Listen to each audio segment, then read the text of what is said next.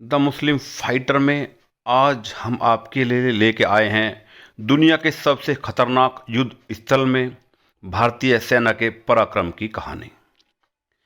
रूस के टुंड्रा को शायद दुनिया का सबसे दुर्गम युद्ध क्षेत्र माना जाता है, लेकिन वर्ष 1984 में बर्फ से ढके इस्कुद और गिलगित में पाकिस्तानी कबालियों के खिलाफ मेजर जनरल थिमैया की 19 इन्फेंट्री डिवीजन ने जिस तरह लोहा लिया था, वो भी साहस और जीवट की सबसे बड़ी मिसाल है।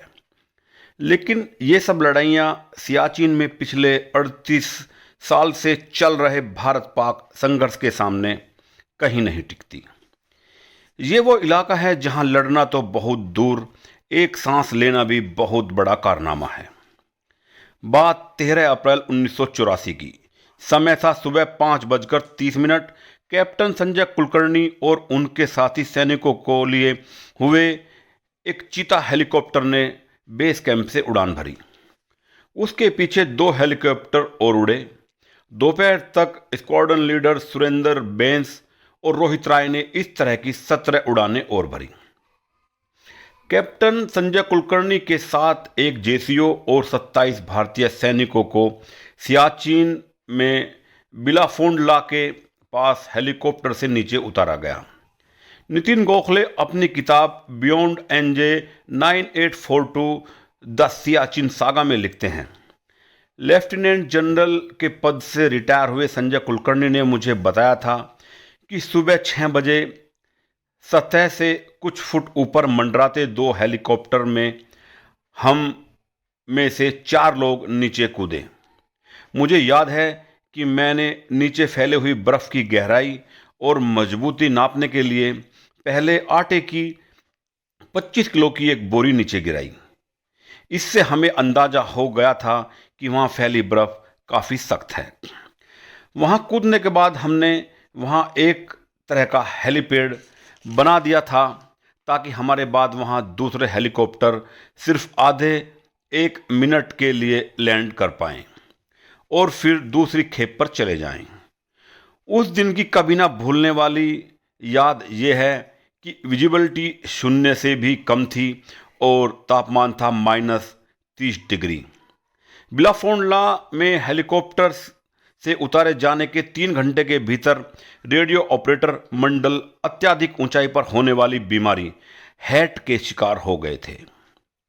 हालांकि भारतीय दल को एक तरह से फायदा ही हुआ, क्योंकि रेडियो ऑपरेटर की अनुपस्थिति में पूरी रेडियो साइलेंस बरती गई और पाकिस्तानी सैनिकों को वहां भारतीय सैनिक होने की भनक तक नहीं लगी। बिलाफोंडला में उतरने के कुछ समय बाद ही कुलकर्णी और उनकी टीम का बाहरी दुनिया से संपर्क टूट गया था, क्योंकि उन्हें एक भयावह बर्फीले तूफान ने घेर लिया था। हाल ही में छपी एक और पुस्तक फुल स्पेक्ट्रम में air vice marshal Arjun Subramaniam लिखते हैं, 16 अप्रैल को जब मौसम साफ हुआ तब जाकर कुछ और सैनिक और मेडिकल सहायता भेजी जा सकी। तब तक एक सैनिक की मौत हो चुकी थी और बचे हुए 27 भारतीय सैनिकों में से 21 सैनिक फ्रॉस्ट ब्राइट यानी शीत दंश के शिकार हो गए थे।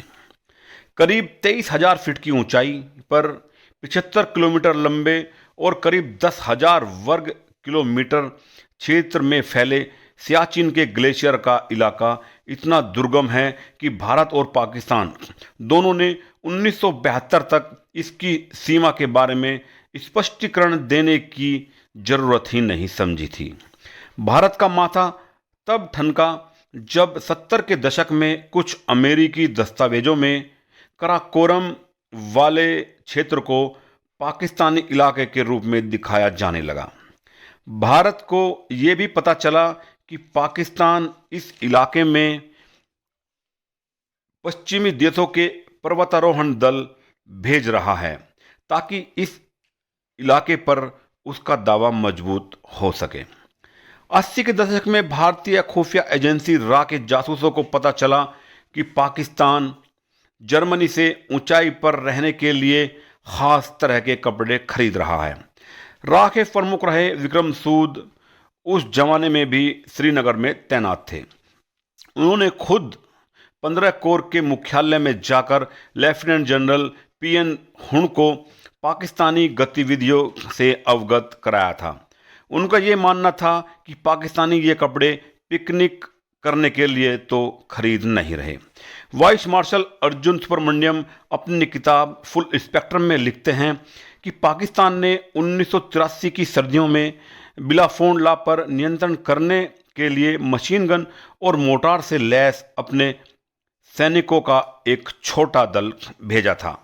ऐसा माना जाता है कि अत्यधिक खराब मौसम और रसद न पहुंच पाने की अक्षमता के कारण उन्हें वहां से वापस लौटना पड़ा था। पाकिस्तान के पूर्व राष्ट्रपति परवेज मुशर्रफ भी उस वक्त वहां तैनात थे। वो अपनी आत्मकथा in the line of fire में लिखते हैं, हमने सलाह दी थी कि वहां मार्च में जाया जाए, लेकिन उत्तरी क्षेत्र के जनरल ऑफिसर कमांडिंग ने यह कहकर मेरी सलाह का विरोध किया कि दुर्गम इलाका और खराब मौसम होने के कारण हमारे सैनिक वहां मार्च में नहीं पहुंच सकते। उनकी सलाह थी कि हम वहां 1 मई को जाएं। वो चौकी कमांडर थे, इसलिए उनकी बात मानी गई। यहां हमसे गलती हुई। हम जब वहां पहुंचे तो भारतीयों ने वहां पहले से ही ऊंचाइयों पर कब्जा जमाया हुआ था। सियाचिन पर चौकियां बना लेने से कहीं मुश्किल था वहां 0 से 30 या 40 डिग्री माइनस तापमान में टिके रहना। इससे भी अधिक मुश्किल था मारे गए सैनिकों के शवों को नीचे लाना। 90 के दशक में सोलन सैंडल पर एक गोरखा सैनिक की मौत हो गई। उसके शव को हेलीपैड तक लाया गया ताकि उसे बेस कैंप पर भेजा जा सके, लेकिन पायलट कुछ आवश्यक वस्तुओं को पहुंचाने में व्यस्त थे, इसलिए उन्होंने कहा कि वो शाम तक ही शव को नीचे ले जा सकेंगे। नितिन गोखले अपनी किताब beyond NJ 9842 the Siachen saga में लिखते हैं, जब शाम हुई तो पायलट ने कहा कि उसका ईंधन समाप्त हो रहा है, इसलिए वो अगले दिन शव को लेकर जाएंगे। अगले दिन कुछ और जरूरी काम आ गया। इस तरह शव को नीचे ले जाना लगातार 2 हफ्तों तक टलता रहा। इसके आगे की जानकारी देखने के लिए इसका पार्ट 2 भी देखें और हमारे चैनल को सब्सक्राइब करें। जय हिंद।